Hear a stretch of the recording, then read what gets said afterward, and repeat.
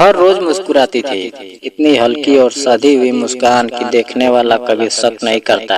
लेकिन उस मुस्कान के पीछे छिपा था एक ऐसा कर्ज जो पैसों से नहीं, आंसुओं से नहीं, बल्कि शायद सिर्फ मौत से ही चुकाया जा सकता था। उसका नाम अनाया था और मोहल्ले में लोग उसे खुशकिस्मत कहते थे, क्योंकि उसका पति सरकारी नौकरी में था, 2 बच्चे थे, छोटा सा घर था और चेहरे पर हमेशा सुकून की रेखाएं थी।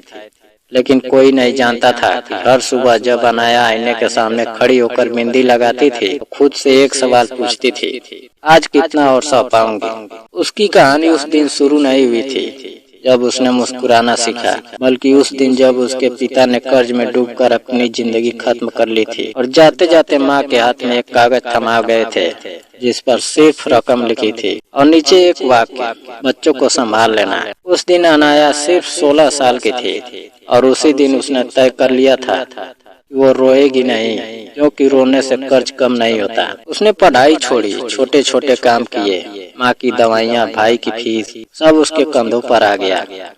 फिर एक दिन रिश्ते की बात आई। माँ ने कहा शादी हो जाएगी तो बोझ हल्का होगा। अनाया मुस्कुराई और हाँ कह दी।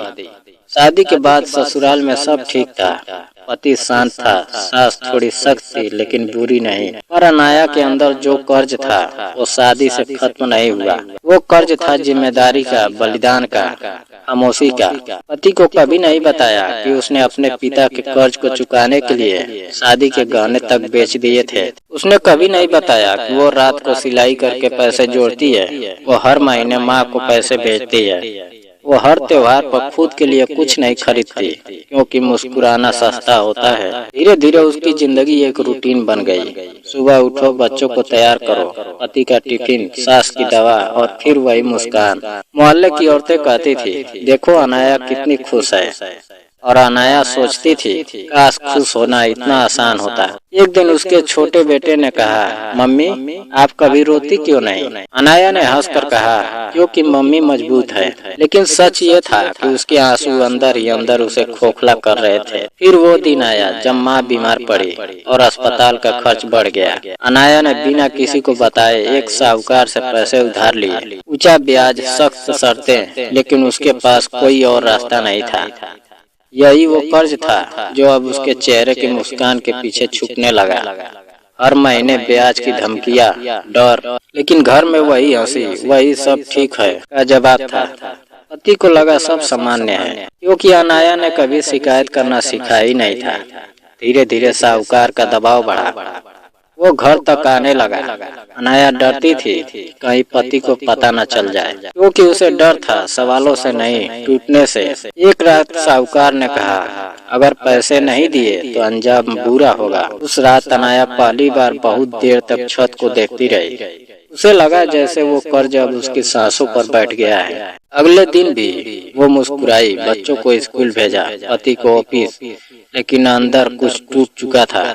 उसने अपनी डायरी निकाली और पहली बार लिखा, अगर मैं नहीं रही तो शायद सब ठीक हो जाएगा। उसने सोचा उसके बिना खर्च कम होंगे, कर्ज खत्म हो जाएगा, माँ का इलाज रुक जाएगा, लेकिन भाई संभाल लेगा, बच्चों को पिता संभाल लेगा और उसकी मुस्कान हमेशा के लिए अमर हो जाएगी। वो मुस्कान जिसे लोग याद करेंगे। किसी को शक भी नहीं होगा कि उसके पीछे क्या था। उसने अगले कुछ दिनों में सब व्यवस्थित किया, बच्चों के कपड़े, उनकी पसंद का खाना, पति के लिए पसंदीदा मिठाई, माँ के लिए पैसे। और फिर एक सुबह वो मुस्कुराते हुए मंदिर गई। भगवान के सामने खड़ी होकर उसने कुछ नहीं मांगा, बस कहा अब बहुत हो गया है। शाम को जब पति लौटा तो घर में सन्नाटा था।